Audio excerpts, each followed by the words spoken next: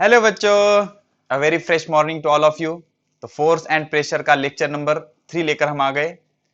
Lecture number 1 और lecture number 2 में हमने डिटेल डिस्कशन किया है कि फोर्स कैसे जनरेट होता है, डायरेक्शन के बारे में, फोर्स वेक्टर किस तरह से होता है, ये सारी चीजें हमने बारकाई से समझी।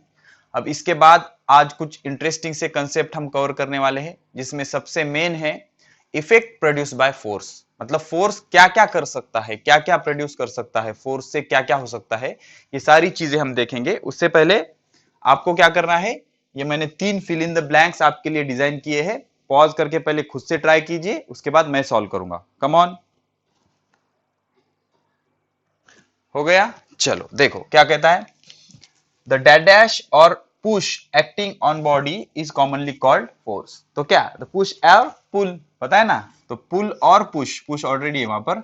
द पुल और push acting on body is commonly called as force. Second, to draw a water from well we have to. अब दो चीजें हो सकती है। अब पानी नीचे होता है, रस्सी से हम उसको खींचते हैं। खींचते हैं मतलब हम पुल करते हैं। पुश करना मतलब ऐसे होगा ना, पुश करोगे तो नीचे जाएगा, पुल करोगे तो ऊपर आएगा। तो क्या करना पड़ेगा हमें, रोप को पुल करना पड़ेगा। ठीक है ना, we have to pull the rope. अब ये बहुत इंटरेस्टिंग है। To move the loaded trolley we have to dash dash और डैश डैश, दोनों आ जाएंगे, पुल और पुश। अब आप कहोगे ये कैसा सर, अच्छे से देख लो। सपोज सपोज ट्रॉली है, ट्रॉली है तो हम एक तो उसको ऐसे खींच के ले जा सकते हैं, ऐसे इधर खींच के ले जा सकते हैं, या फिर उसको इधर खींचने को क्या कहेंगे हम, पुल, और ढकलने को क्या कहेंगे, पुश। तो लोडेड ट्रॉली को हम पुल भी कर सकते हैं और पुश भी कर सकते हैं, पुल भी कर सकते हैं और पुश भी कर सकते हैं। ठीक है ना? तो ये कुछ इसके इंटरेस्टिंग से आंसर थे बच्चों। ठीक है, so these are the answers of these fill in the blanks. Okay, तो अब हम शुरू करने जा रहे हैं कुछ इंटरेस्टिंग सा कंसेप्ट। अब इससे पहले हम दो चीजें फिर से रिवाइज कर लेंगे। लास्ट लेक्चर में ये हो चुकी है, फिर एक बार रिवाइज कर लेंगे। देख लो बच्चों, सबसे इंपॉर्टेंट क्या है, force is a vector quantity.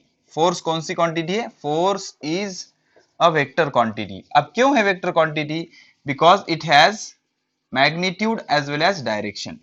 क्या होता है, force is a vector quantity. इसका रीजन क्या होता है, फोर्स को दो चीजें होती है। Force has magnitude, magnitude magnitude and it has direction, it has direction. अब मैग्नीट्यूड मतलब क्या, मैग्नीट्यूड मतलब 50, 60, 5, 10, इस तरह का, इसे क्या कहते हैं, मैग्नीट्यूड, दे आर मैग्नीट्यूड। अब डायरेक्शन मतलब साउथ, नॉर्थ, वेस्ट, ईस्ट, इस तरह के हो सकते हैं। तो फोर्स को डायरेक्शन भी है, मैग्नीट्यूड भी है। फोर्स के पास और एक चीज होती है बच्चों, दैट चीज इज यूनिट। क्या होता है, यूनिट। तो फोर्स का यूनिट क्या था, याद है आपको, न्यूटन। समझ रहे हो क्या होता है, न्यूटन। फोर्स का यूनिट क्या होता है, Newton. So unit of force is Newton. तो फोर्स के पास बेसिकली तीन चीजें हैं, पहली मैग्नीट्यूड, दूसरी डायरेक्शन, तीसरी न्यूटन। ये न्यूटन मतलब क्या हो गया, उसका यूनिट हो गया। तो फोर्स का अगर आपको कंप्लीट डिस्क्रिप्शन देना है तो आपको क्या कहना पड़ेगा, force is equal to 30 newton in west direction. So this is the complete representation. कोई भी डायरेक्शन ले सकते हो आप। तो इसके पास मैग्नीट्यूड भी है और डायरेक्शन भी है, इसलिए कंप्लीट रिप्रेजेंटेशन के लिए मैग्नीट्यूड और डायरेक्शन दोनों की जरूरत होती है। इसलिए force is a vector quantity. Force कौन सी क्वांटिटी है, वेक्टर क्वांटिटी। मतलब फोर्स का जो इफेक्ट होगा वो प्रोड्यूस होने के लिए या फोर्स के इफेक्ट का यूज करने के लिए हमें डायरेक्शन बताना जरूरी होता है। अब इसका एक हम कॉमनली यूज एग्जाम्पल लेंगे। इमेजिन करो, इमेजिन करो क्या करना है, आप यहां पर रुके हुए हो, ठीक है, यहां पर रुके हुए हो इस तरह से, और ये आपके सामने गेट है। This is suppose gate. Okay, ये गेट है बच्चों आपका, गेट। गेट समझते हो ना, ओपन क्लोज कर सकते हो गेट, या इसे आप डोर मान लो, डजेंट मैटर। ठीक है ना, ये इन फ्रंट ऑफ डोर आप खड़े हुए हो। एंड अपने डायरेक्शन कैसे होते हैं बच्चों, direction are like this, cross कर देते हैं हम। और डायरेक्शन कैसे बताते हैं हम, कुछ इस तरह से, ये वेस्ट होता है, ये ईस्ट होता है, नॉर्थ साउथ, समझ रहे हो ना, west east north south, WENS। तो इस तरह से हमारे डायरेक्शन होते हैं। तो सिनेरियो ये है, सिनेरियो ये है कि आपको क्या करना है, इस गेट को ओपन करना है। अब इस गेट को दो तरह से ओपन किया जा सकता है, एक पुल और दूसरा पुश। पुल भी किया जा सकता है और पुश भी किया जा सकता है। तो अगर अगर आपको इसे पुल करना है, पुल, आपसे कहा गया है कि आप गेट के सामने रुके हुए हो, आपको गेट को पुल करना है। पुल मतलब आपको इस गेट को इधर खींचना पड़ेगा, कुछ इस डायरेक्शन में, इस तरह से। सपोज यहाँ पर ये हैंडल है आपका, तो हैंडल को इस तरफ खींचना पड़ेगा आपको। तो इस तरफ खींचना पड़ेगा, तो फोर्स किस डायरेक्शन में लगाओगे आप? वेस्ट डायरेक्शन में। ठीक है ना, तो डायरेक्शन इंपॉर्टेंट है ना बच्चों। अगर आपको पुल करना है तो आप क्या करोगे? 5 न्यूटन फोर्स कौन से डायरेक्शन में लगाओगे? वेस्ट डायरेक्शन में। अगर आपने 5 न्यूटन फोर्स नॉर्थ डायरेक्शन में लगा दिया तो इसका कोई एप्लीकेशन है क्या बच्चों? ये गेट खुलेगा क्या? नहीं। ऊपर के डायरेक्शन में फोर्स लगा के गेट कैसा खुलेगा? तो फोर्स के लिए डायरेक्शन इंपॉर्टेंट है, फोर्स के लिए डायरेक्शन इंपॉर्टेंट है। समझ रहे हो डायरेक्शन क्यों इंपॉर्टेंट है? Most of the time problem क्या आता है कि हमें ये समझ में नहीं आता कि फोर्स के लिए डायरेक्शन क्यों चाहिए सर। तो ये एग्जांपल है उसके लिए, परफेक्ट एक्सप्लेनेशन है। अगर 5 न्यूटन फोर्स आपने लगाया, आप लगा रहे हो ऊपर की तरफ, तो ये गेट खुलेगा क्या? नहीं खुलेगा। अब दूसरा ऑप्शन क्या है? आप 5 न्यूटन फोर्स लगाओ और इसे पुश करो इधर के डायरेक्शन में, तो ये कौन सा डायरेक्शन हो गया? 5 न्यूटन फोर्स कौन से डायरेक्शन में? ईस्ट डायरेक्शन में। अगर ईस्ट डायरेक्शन में आपने लगा दिया तो ये गेट खुल जाएगा, लेकिन कैसे? पुश से, उधर चला जाएगा वो। और अगर आपने वेस्ट डायरेक्शन में लगा दिया तो ये सामने आ जाएगा, फिर भी खुल जाएगा। लेकिन अगर आप नीचे लगा रहे हो 5 न्यूटन फोर्स इस डायरेक्शन में, कौन से? साउथ डायरेक्शन में, तो इसका कोई मीनिंग है क्या बच्चों? कुछ भी मीनिंग नहीं है। तो इस तरह से फोर्स के लिए डायरेक्शन बहुत इंपॉर्टेंट होती है। ठीक है, सपोज आप क्या कर रहे हो? डोर के पीछे खड़े हुए हो, ठीक है, ये डोर है, अपन डोर इधर इधर खड़े रहे हो आप, फेसिंग टुवर्ड दिस। तो अगर आपको डोर को पुश करना है, पुश, तो पुश किधर करोगे आप? पुश करने के लिए इधर फोर्स लगाओगे आप, ऐसे ढकलोगे ना उसको, ये आपका हैंड है इधर से, इसको ऐसे आप पुश करोगे। तो पुश करोगे तो कौन से डायरेक्शन में फोर्स लगाओगे? वेस्ट डायरेक्शन में। कौन से? वेस्ट डायरेक्शन में। अगर उसको आपको पुल करना है, उधर खड़े हो ना आप, उधर खड़े हो, उधर से पुल करना है उसको, तो पुल करना है तो आप कौन से डायरेक्शन में फोर्स लगाओगे? ईस्ट डायरेक्शन में फोर्स लगाओगे। अगर आपने नॉर्थ डायरेक्शन में फोर्स लगा दिया या साउथ डायरेक्शन में फोर्स लगा दिया तो इसका कोई यूज है क्या बच्चों? नहीं। इससे इस डोर पर कोई इफेक्ट नहीं होगा। अगर आपको इस गेट को या डोर को ओपन करना है तो एक तो आप उसे पुश कीजिए या पुल कीजिए। पुश करोगे तो वेस्ट डायरेक्शन में फोर्स लगेगा, और पुल करोगे तो ईस्ट डायरेक्शन में फोर्स लगेगा, और दोनों ही केस में गेट ओपन हो जाएगा। लेकिन आपने अगर नॉर्थ और साउथ डायरेक्शन में फोर्स लगा दिया तो ये गेट ओपन नहीं होगा। तो ये बहुत ही इंटरेस्टिंग सा एग्जांपल था बच्चों, अच्छे से इसको समझ लीजिए। और थोड़ा सा भी अगर कुछ प्रॉब्लम है तो वीडियो को थोड़ा सा पीछे खींच लीजिए, ड्रैग कर लीजिए और फिर से एक बार देख लीजिए। ये चीज आपके लिए बहुत इंपॉर्टेंट है। ठीक है बच्चों, तो इस तरह से फोर्स के लिए डायरेक्शन बहुत ही ज्यादा इंपॉर्टेंट होती है। फोर्स के लिए डायरेक्शन बहुत ही ज्यादा इंपॉर्टेंट होती है। समझ गए आप? ठीक है ना। तो फोर्स कौन सी क्वांटिटी आ गई? वेक्टर क्वांटिटी आ गई। कौन सी क्वांटिटी आ गई? Vector quantity. अब बच्चों हम क्या करते हैं, एक कंसेप्ट पढ़ते हैं रिजल्टेंट फोर्स का। कौन सा फोर्स? Resultant force. ठीक है, रिजल्टेंट फोर्स या नेट फोर्स हमने लास्ट लेक्चर में भी समझाया था और फिर से समझा दूंगा, अच्छे से देख लो। रिजल्टेंट फोर्स और नेट फोर्स, हमारी रूटीन आपने अच्छे से कॉपी और पेन निकाल ली होगी और नोट्स आपने बनाना शुरू कर दिया होगा। ठीक है, या हमारे एप्लीकेशन ऑल नोट्स में सारे नोट्स अवेलेबल है। ठीक है, रिजल्टेंट फोर्स। तो देख लो बच्चों, कुछ इस तरह का सिनेरियो है। Suppose one body is there, such kind of body is there, spherical body. आप क्या कर रहे हो? यहां पर 5 न्यूटन का फोर्स लगा रहे हो, 3 न्यूटन का फोर्स लगा रहे हो और 2 न्यूटन का फोर्स लगा रहे हो। मतलब टोटल कितने फोर्स लगाए आपने? 3। इसे कह देता हूं मैं F1, इसे कह देता हूं F1, इसे कह देता हूं F3। तो इन तीनों फोर्स, और एट ए टाइम लगा रहे हो, इन तीनों फोर्स की वजह से ये बॉडी यहां से यहां तक आ गई, यहां से यहां तक आ गई। समझ रहे हो? ये इसकी इनिशियल पोजीशन है, पोजीशन नंबर 1, और इसकी ये फाइनल पोजीशन है, पोजीशन नंबर 2। अब instead of applying this 3 force, अब ये 3 फोर्स लगाने के बजाय मैंने क्या किया, इसी बॉडी पर एक ही फोर्स लगाया। कितना? 5 3 2, 10 न्यूटन का। कितना? 10 न्यूटन का। और इस फोर्स को नाम दिया मैंने F। तभी भी क्या हुआ, तभी भी क्या हुआ, ये जो बॉडी थी यहां से यहां तक ही आ गई, 1 से 2 तक। अब सर ये क्या हो गया? अब यहां तो हमने 3 फोर्स लगाए थे, 5 न्यूटन, 3 न्यूटन, 2 न्यूटन, और यहां पर एक ही फोर्स लगाया 10 न्यूटन का। तो ये बॉडी यहां से यहां तक आई, इस सिनेरियो में भी यहां से यहां तक ही आई। तो अब क्या किया जाए? तो इस 10 न्यूटन फोर्स को, इस 10 न्यूटन फोर्स को 5 न्यूटन, 3 न्यूटन और 2 न्यूटन का नेट फोर्स कहा जाएगा। क्या कहा जाएगा? नेट फोर्स या रिजल्टेंट फोर्स। अब इसकी डेफिनेशन क्या होगी? A single force, a single force which produce a single force which produce same effect, a single force which produce same effect as that of combined effect of combined effect of two or more force is called resultant force. उसे क्या कहते हैं? Resultant force. A single force, एक ही force है, a single force which produce, जो produce कर रहा है सेम इफेक्ट. देखो यहां से यहां तक गया था, यहां पर भी यहां से यहां तक गया था. Same effect as that of किसके तरह? कंबाइन इफेक्ट, ये तीनों का combine effect, as that of combine effect of two और मोर फोर्स. दो से ज्यादा हो सकते, 10 15 कितने भी हो सकते. टू और more force is called as resultant force. समझ रहे हो? मतलब ये एक ही फोर्स ने ये तीनों का इफेक्ट की तरह इफेक्ट प्रोड्यूस किया, तो इस एक फोर्स को ये तीनों का क्या कहा जाएगा? रिजल्टेंट फोर्स या नेट फोर्स. तो यहां पर क्या है? For example F is resultant of force of F1, F2 and F3. जो हमारा F फोर्स है वो रिजल्टेंट है किसका किसका? F1, F2 और F3 का. F1, F2 और F3 का. तो force F is resultant of F1, F2 and F3 और F is net force of F1, F2 and F3. ठीक है, तो पॉज करके इसे नोट कर लो बढ़िया से. हो गया बच्चों? चलो ठीक है. अब एक बेसिक चीज आपको मैं समझा ही देता हूं, आपके चैप्टर में इंक्लूड नहीं है लेकिन आपको पता होना जरूरी है. ठीक है, बहुत ही इंपॉर्टेंट चीज है. देखो बच्चों, मोस्ट ऑफ द टाइम हमें प्रॉब्लम आता है मेजर करने के लिए. जब हम फिजिकल क्वांटिटी मेजर करते हैं ना, तब हमें प्रॉब्लम आता है. कैसे प्रॉब्लम आता है? देखो, दो सिस्टम ऑफ यूनिट.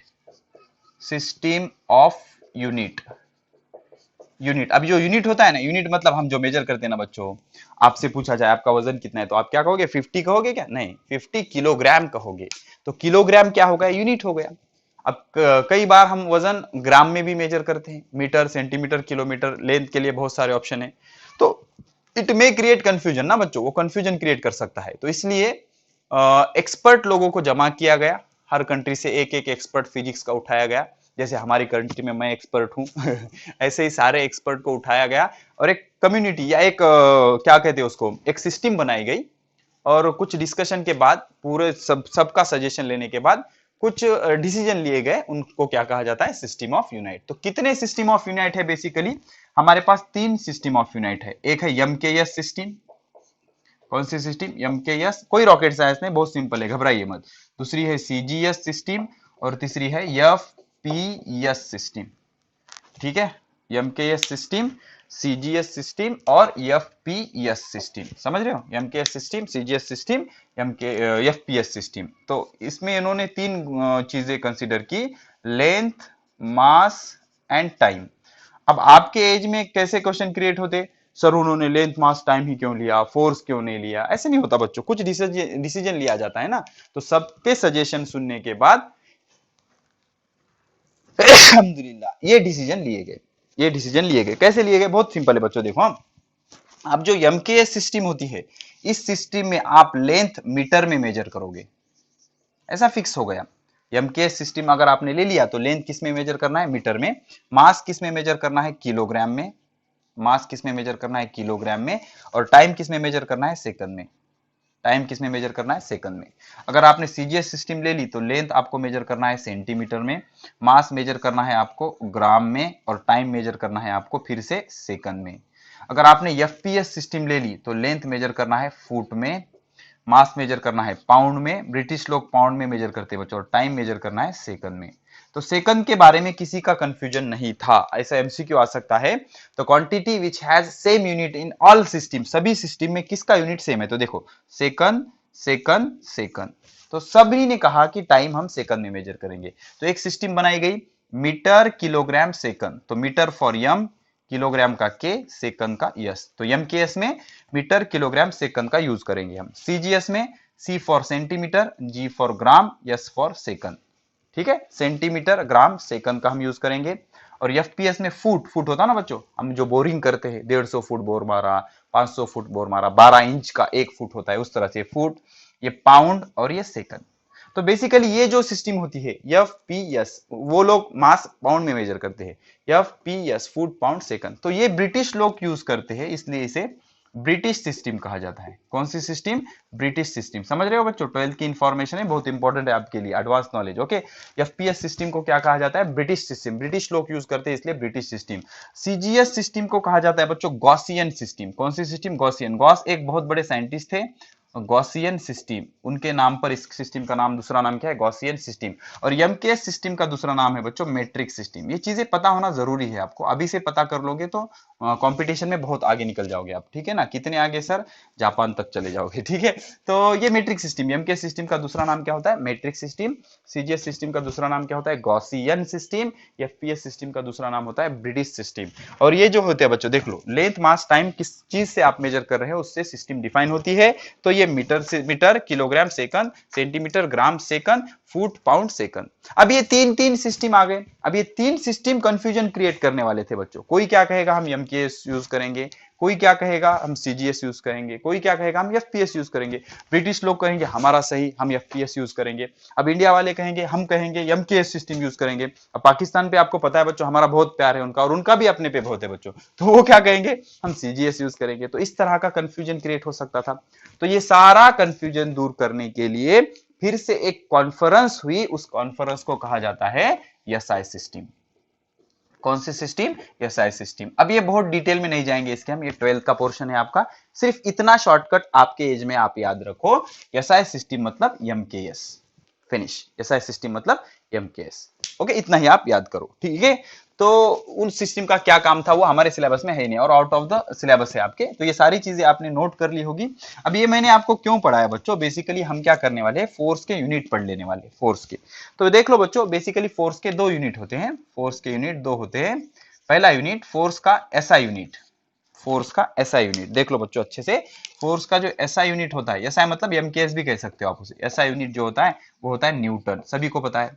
फोर्स का SI यूनिट क्या होता है? न्यूटन। और इसका जो CGS यूनिट होता है ना बच्चों, CGS समझ रहे हो ना आप? CGS मतलब centimetre gram second, centimetre gram second. इस सिस्टम में इसका यूनिट आएगा डाइन। बहुत इंपॉर्टेंट इंफॉर्मेशन है बच्चों। इसका जो SI यूनिट होता है वो होता है न्यूटन, और CGS यूनिट होता है डाइन। जैसे बच्चों देख लो, मास, मास, मास पर अगर आप आ गए तो मास का जो SI यूनिट होता है, मास का SI यूनिट, मास का SI यूनिट क्या होता है? किलोग्राम। किलोग्राम क्या होता है? किलोग्राम। और CGS यूनिट क्या होता है? CGS यूनिट, CGS यूनिट होता है ग्राम। समझ रहे हो? CGS यूनिट क्या होता है? ग्राम। अब दो चीजें हो सकती है, एक तो आप किलोग्राम से ग्राम में आओगे, या दूसरा आप ग्राम से किलोग्राम में जाओगे। समझ रहे हो? तो सपोज आप किलोग्राम से ग्राम में आना चाहते हो, तो एक किलोग्राम में कितने ग्राम होते हैं बच्चों? 1000। कितने ग्राम होते? 1000, 1000 होते ना। 1 kilogram is equal to 1000 gram, simple. तो 1000 क्या होता है? 1 किलोग्राम, 1000 मतलब 10 टू द पावर 3, 1 2 3 है ना, 10 टू द पावर 3 ग्राम। तो अगर आप ग्राम का सॉरी किलोग्राम को ग्राम में कन्वर्ट करना चाहते हो तो 10 टू द पावर 3 से मल्टीप्लाई करना होगा। और अगर आप ग्राम टू किलोग्राम करना चाहते हो तो 10 टू द पावर -3। समझ रहे हो? +3 का उल्टा -3। जैसे ये +3 इधर आके क्या हो जाएगा? -3। ओके, उसका पावर क्या हो जाएगा? माइनस। तो किलोग्राम टू ग्राम कितने से मल्टीप्लाई करोगे? 10 टू द पावर 3 से। और ग्राम टू किलोग्राम कितने से मल्टीप्लाई करोगे? 10 टू द पावर -3 से। तो ऐसे ही अब इसका प्रूफ आपके सिलेबस में नहीं है, आपको 10th स्टैंडर्ड में या 9th स्टैंडर्ड में मिल जाएगा। Okay, newton to dyne, newton to dyne आप मल्टीप्लाई करोगे 10 टू द पावर 5 से, और डाइन टू न्यूटन आप मल्टीप्लाई करोगे 10 टू द पावर -5 से। इसका क्या मीनिंग होता है सर? इसका ये मीनिंग होता है कि 1 newton is equal to 10 to the power 5 dyne. And what is Newton?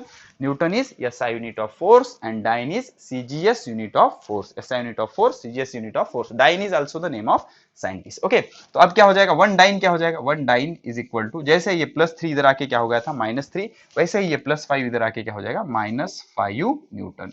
तो डाइन से न्यूटन जाना है तो 10 टू द पावर -5 से मल्टीप्लाई करना पड़ेगा, और न्यूटन से डाइन जाना है तो 10 टू द पावर +5 से मल्टीप्लाई करना पड़ेगा। ठीक है, सिंपल सी चीज। और एक इसके लिए डिस्कस करते हैं हम।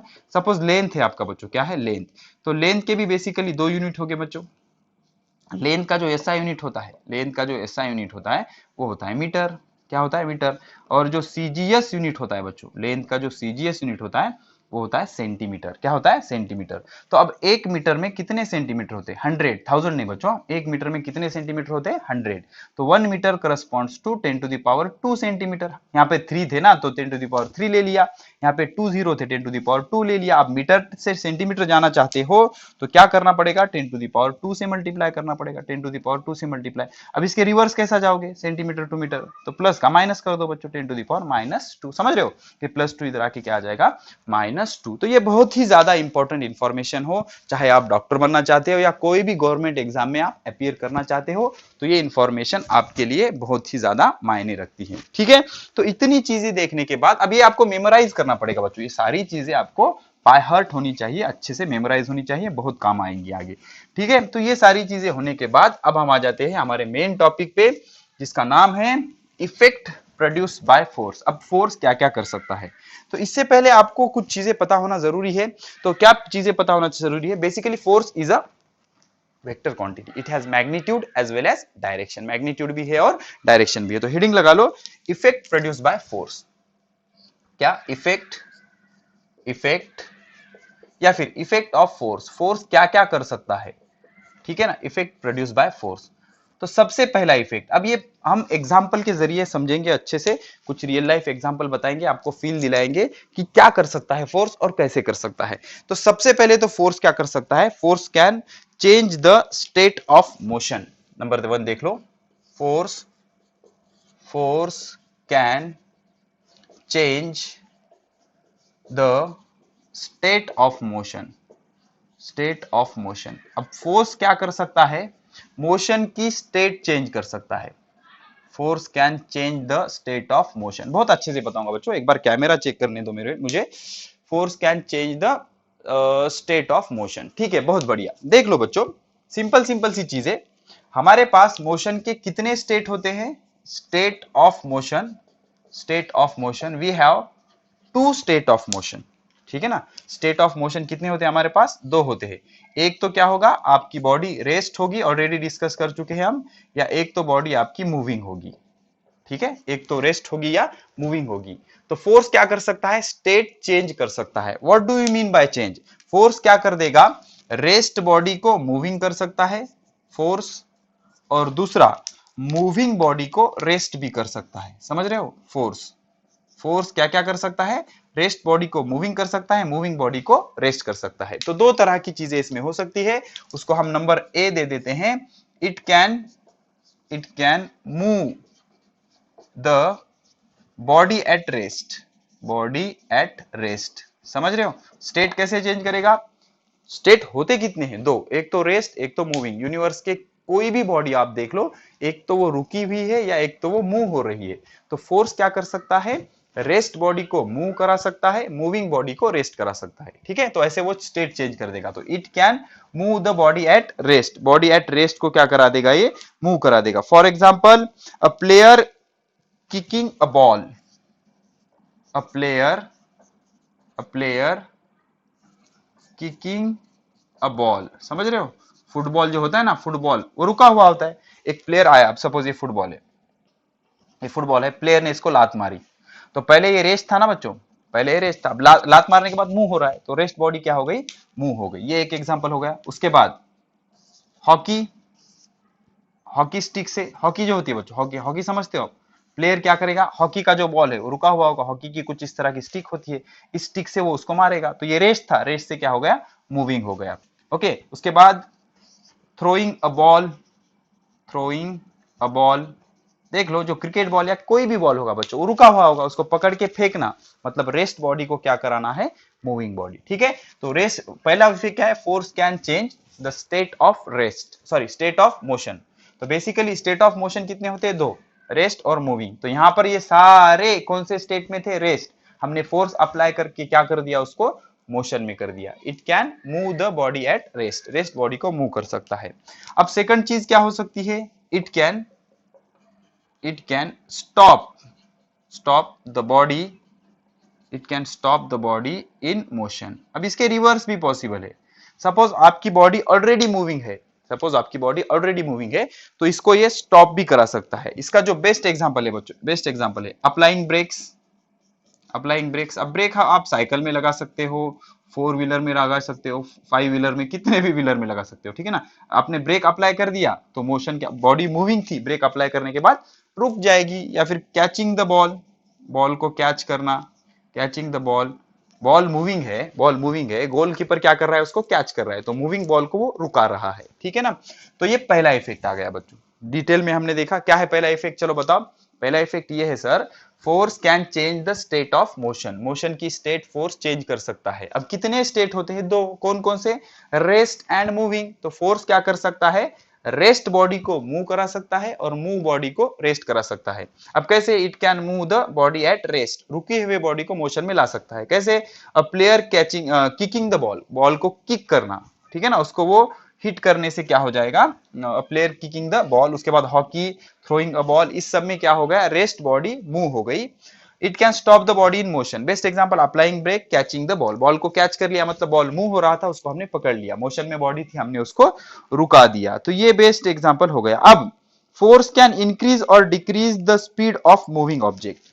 Number two, force can, force can increase, increase और डिक्रीज, इंक्रीज और decrease the speed of motion. बहुत ही इंपॉर्टेंट और बहुत ही इंटरेस्टिंग है बच्चों। स्पीड क्या, सॉरी, फोर्स कैन इंक्रीज और decrease the speed of motion, force can increase और decrease the speed of motion. देखो बच्चों, अब जब आप फोर्स लगाओगे तो ये स्पीड इंक्रीज कर सकता है या डिक्रीज कर सकता है। अब कब इंक्रीज करेगा, देख लो, if, if force is applied, if force is applied in the direction, direction of motion, अगर आपने फोर्स डायरेक्शन ऑफ मोशन में अप्लाई किया, देन, देन स्पीड इंक्रीजेस। अब यहां पे एक चीज और समझ लो कि यहां पर डायरेक्शन मायने रख रही है, इसीलिए तो फोर्स कौन सी क्वांटिटी है, वेक्टर क्वांटिटी है। और अगर, समझाऊंगा मैं, टेंशन मत लो, if force is applied, if force is applied in the opposite direction, if force is applied in the opposite direction of motion, then speed decreases, speed decreases, क्या हो जाएगी, स्पीड डिक्रीज हो जाएगी। क्या कह रहा है ये, फोर्स क्या कर सकता है, स्पीड को इंक्रीज या डिक्रीज कर सकता है। तो इंक्रीज कब करेगा, अगर आपने फोर्स अप्लाई किया कौन से डायरेक्शन में, in the direction of motion, force की डायरेक्शन और मोशन की डायरेक्शन दोनों सेम है तो स्पीड बढ़ जाएगी, और फोर्स की डायरेक्शन और मोशन की डायरेक्शन अपोजिट है तो स्पीड घट जाएगी, कम हो जाएगी। इसका बेस्ट एग्जांपल, सपोज ये बाइसिकल है, इस तरह की कुछ, ठीक है, सपोज ये बाइसिकल है, ओके। अब ये बाइसिकल इधर जा रही है बच्चों, अब आप क्या कर रहे हो, बाइसिकल की ये डायरेक्शन ऑफ मोशन है बच्चों, this is direction of motion, ठीक है ना, motion of bicycle, motion, bicycle इस डायरेक्शन में जा रही है। अब वहां पर एक ऑब्जर्वर है, आप यहाँ पर खड़े हुए हो और आप इसको क्या कर रहे हो, पुश कर रहे हो, पुश, तो पुश मतलब क्या होता है, फोर्स होता है। तो यहाँ पर ऑब्जर्व करो, पुश की डायरेक्शन और मोशन की डायरेक्शन दोनों कैसी है, सेम है। पुश मतलब क्या होगा, फोर्स होगा।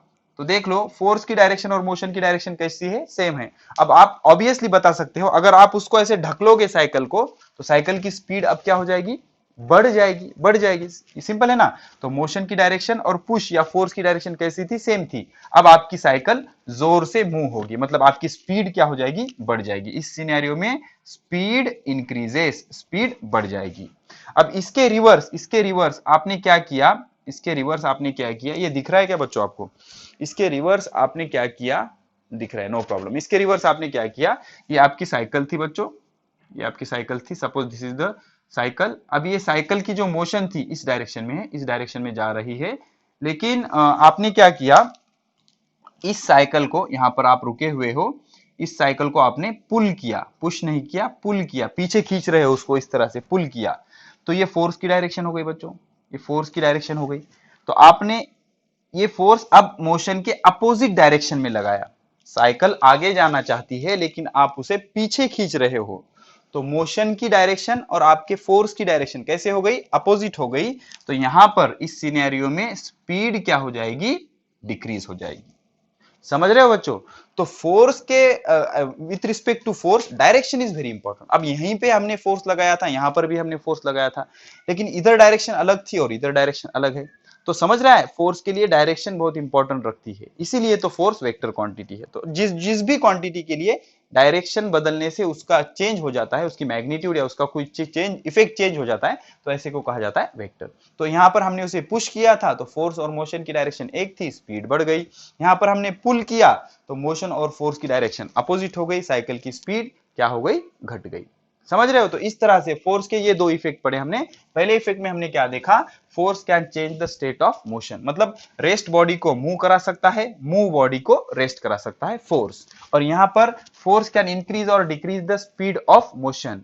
अब मूविंग बॉडी थी, अगर आपने उसको पुश किया किस डायरेक्शन में, मोशन की ही डायरेक्शन में, तो उसकी स्पीड बढ़ गई।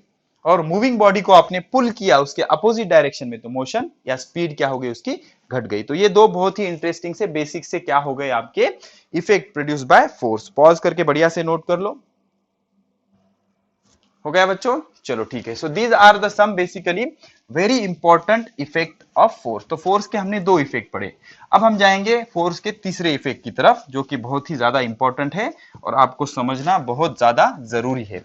अब तीसरा जो इफेक्ट है बच्चों इसका, कि force can change the direction of motion. Force क्या कर सकता है, change the direction of motion. Number 3 लिखो, 3 नंबर का number 3, force can change the direction of motion. Force क्या कर सकता है, मोशन की डायरेक्शन चेंज कर सकता है, सिर्फ डायरेक्शन, डायरेक्शन चेंज कर सकता है। अब इसका best example cricket ball, hitting cricket ball, ठीक है ना, hitting cricket ball, cricket ball. अब आप क्रिकेट बॉल को हिट कर रहे हो, तो बॉलर ने बॉल डाला। अब जब बॉल डाला उसने, तो वो ऐसा जाएगा, यहाँ पे जमीन होगी सपोज, ये जमीन पे गिरेगा और यहाँ पर जाएगा उछल के। अब बैट्समैन क्या करेगा, इसको हिट करेगा, कुछ इस तरह से हिट करेगा। हिट करने के बाद ये बॉल इधर जाएगा। अब आ रहा था इस डायरेक्शन में, जा रहा है इधर, तो क्या हो गई, इसकी डायरेक्शन चेंज हो गई। स्पीड भी चेंज होती है समटाइम, मगर हम कंसीडर कर रहे हैं कि सिर्फ डायरेक्शन चेंज हो रही है। ये आपकी बैट है सपोज, समझ रहे हो, इसको हिट किया तो ये डायरेक्शन थी इसकी, ये डायरेक्शन थी इसकी। अब कौन सी डायरेक्शन है, ये डायरेक्शन है।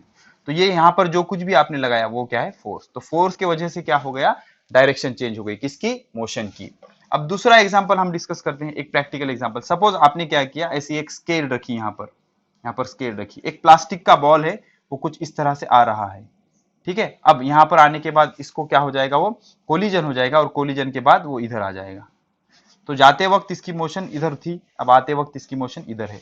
तो यहां पर हमने जो कुछ भी अप्लाई किया, ये क्या है, force, this is the force.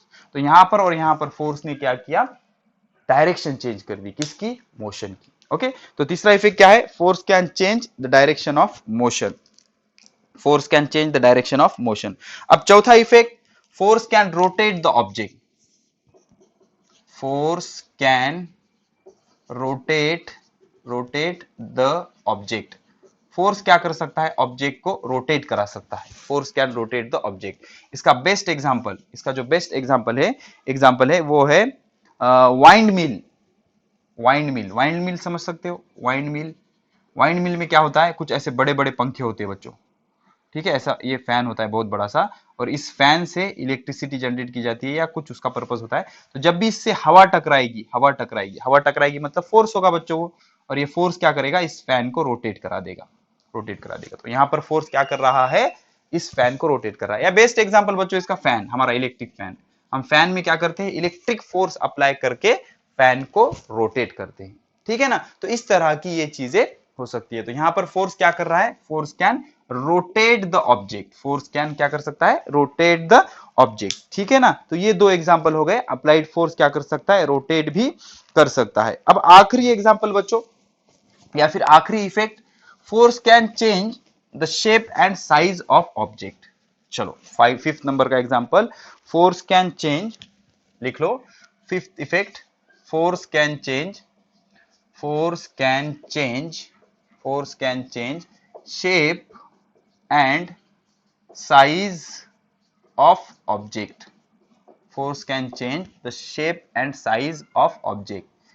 पहले तो आप शेप और साइज का मीनिंग समझ लो, शेप और साइज का मीनिंग समझ लो, ठीक है ना। तो शेप क्या होता है बच्चों, नंबर वन देख लो, शेप, शेप क्या होता है। शेप मतलब बच्चों ये है circular shape, square shape, triangular shape, ठीक है, ये शेप है, इन सब के शेप अलग अलग है। और दूसरा साइज, साइज क्या होता है, साइज क्या होता है देख लो, ये और ये, इन दोनों का शेप सेम है, ये भी सर्कुलर है, ये भी सर्कुलर है, ये सर्कुलर शेप का है, ये सर्कुलर शेप का है, लेकिन इसका साइज बड़ा है, समझ रहे हो, इसका साइज बड़ा है, इसका साइज छोटा है। तो साइज और शेप के मीनिंग अलग अलग होते हैं, ये शेप है, ये साइज है, ये शेप है, ये साइज है, समझ रहे हो आप। तो ये circular shape, square shape, triangular shape, लेकिन ये दोनों का साइज अलग अलग है। अब ऐसे ही ये दोनों का साइज अलग अलग है। ये दोनों का क्या सेम है, ये दोनों का क्या सेम है, ये दोनों का शेप सेम है, ये भी ट्रायंगुलर है, ये भी ट्रायंगुलर है, लेकिन साइज अलग अलग है, ये बड़ा है, ये छोटा है, तो इनका साइज अलग अलग है, लेकिन शेप एक ही है, दोनों का शेप एक ही है, समझ रहे हो। और ये दोनों का साइज सेम है, ये तीनों का साइज ऑलमोस्ट सेम है, लेकिन शेप अलग अलग है, समझ रहे हो आप, शेप अलग अलग है। तो ये सर्कुलर शेप का है, ये स्क्वायर शेप का है, ये ट्रायंगुलर शेप का है। तो इमेजिन करो एक वायर्ड लूप है कुछ इस तरह का, एक वायर्ड लूप है, आपने क्या किया, इस पे फोर्स अप्लाई किया, फोर्स अप्लाई किया, तो ये दब गया, कुछ इस तरह से हो गया, इस तरह से हो गया, तो अब क्या हो गया, इसका शेप चेंज हो गया ना, शेप चेंज हो गया। तो फोर्स लगाने पर क्या हो सकता है, शेप चेंज हो सकता है। या फिर सपोज आपने क्या किया, एक प्लास्टिक का बॉल है इस तरह से, आप क्या कर रहे हो, उसको ऐसे प्रेस कर रहे हो, दोनों तरफ से ऐसे प्रेस कर रहे हो, तो क्या हो जाएगा, फोर्स अप्लाई करके दोनों तरफ से प्रेस कर रहे हो, तो ये कुछ इस तरह का दिखेगा आपको, ये प्रेस हो जाएगा, दब जाएगा। तो यहाँ पर क्या चेंज हो गया, शेप चेंज हो गया, सर्कुलर चेंज शेप का था, इसे इलिप्स कहते हैं बच्चों, ठीक है, वो हायर कंसेप्ट है, छोड़ दो। लेकिन ये सर्कुलर है, ये सर्कुलर है क्या, नहीं, तो यहाँ पर क्या चेंज हो गया, इसका शेप चेंज हो गया, शेप, ठीक है। तो फोर्स क्या कर सकता है, अभी से साइज चेंज भी आप कंसीडर कर सकते हो, ये बड़े साइज का लग रहा है, ये छोटे साइज का लग रहा है, ठीक है। तो फोर्स क्या कर सकता है, शेप भी चेंज कर सकता है और साइज भी चेंज कर सकता है, okay. Force can change the shape and size of the body, force can change the shape and size of the body, समझ रहे हो। या फिर आपके आटे का गूंदना, आटे का गूंदना समझ सकते हो बच्चों, आटा जो होता है ना, जिससे हम रोटी बनाते हैं, रोटी, तो उसका हम फोर्स लगा के हमेशा उसका क्या करते हैं, शेप चेंज करते हैं। तो इस तरह से फोर्स क्या कर सकता है, शेप चेंज कर सकता है, ओके। या फिर मड है आपका, मड, ठीक है ना, चिक्कड़, कीचड़ जो होता है, कीचड़, कीचड़ पे आप फोर्स लगा दोगे तो उसका शेप एंड साइज क्या हो जाएगा, चेंज हो जाएगा। तो बेसिकली फोर्स क्या क्या कर सकता है, number one force can change state of motion, change state of motion, state of motion, force motion की स्टेट चेंज कर सकता है, कैसे कैसे, रेस्ट को मूव करा सकता है, या फिर मूव को रेस्ट करा सकता है, ये पहला इफेक्ट हो गया। दूसरा, number two, it increase increase और डिक्रीज, इंक्रीज और decrease speed of motion, motion की स्पीड इंक्रीज या डिक्रीज करा सकता है।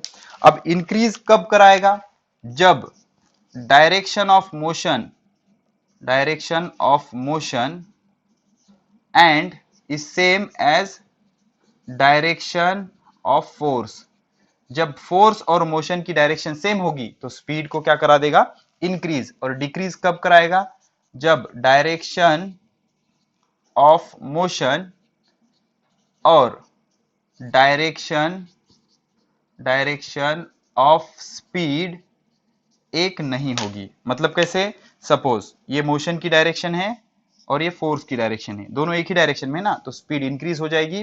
अब ये मोशन की डायरेक्शन है और ये स्पीड की डायरेक्शन है, दोनों अपोजिट है, तो इस टाइम क्या हो जाएगी, स्पीड डिक्रीज हो जाएगी, ठीक है। Number three, it can change the direction of motion, change the direction of motion, motion की डायरेक्शन चेंज कर सकता है ये सिर्फ। उसके बाद fourth one, it can change shape and size, shape and size of body, body का shape और साइज भी क्या कर सकता है, ये चेंज कर सकता है। डायरेक्शन चेंज कर सकता है, इंक्रीज डिक्रीज कर सकता है, स्टेट चेंज कर सकता है, ठीक है। तो ये इतनी चीजें जो भी करेगा उसे हम क्या कहते हैं प्यार से, फोर्स। क्या कहते हैं, फोर्स, ठीक है। तो फोर्स के इतने इफेक्ट आपके बच्चों होते हैं, समझ गए आप, ठीक है। चलो, तो अब एक अलग एंगल से हम फोर्स की एक फाइनल डेफिनेशन करेंगे, उसके बाद नेक्स्ट पॉइंट हम कंटिन्यू करेंगे। तो फोर्स को इस तरह से भी डिफाइन किया जा सकता है। Force is defined as push और पुल एक्सर्टेड ऑन ऑब्जेक्ट। देख लो, पुश और पुल exerted on object which can speed up the object, मतलब ऐसा पुश और पुल जो ऑब्जेक्ट पे लगाने के बाद उसकी स्पीड बढ़ गई, या फिर slow down the object, opposite direction में लगा दो तो उसकी स्पीड कम हो जाएगी, स्लो डाउन द ऑब्जेक्ट, या फिर स्लो डाउन भी कर सकता है, स्पीड अप भी कर सकता है, या फिर चेंज द डायरेक्शन ऑफ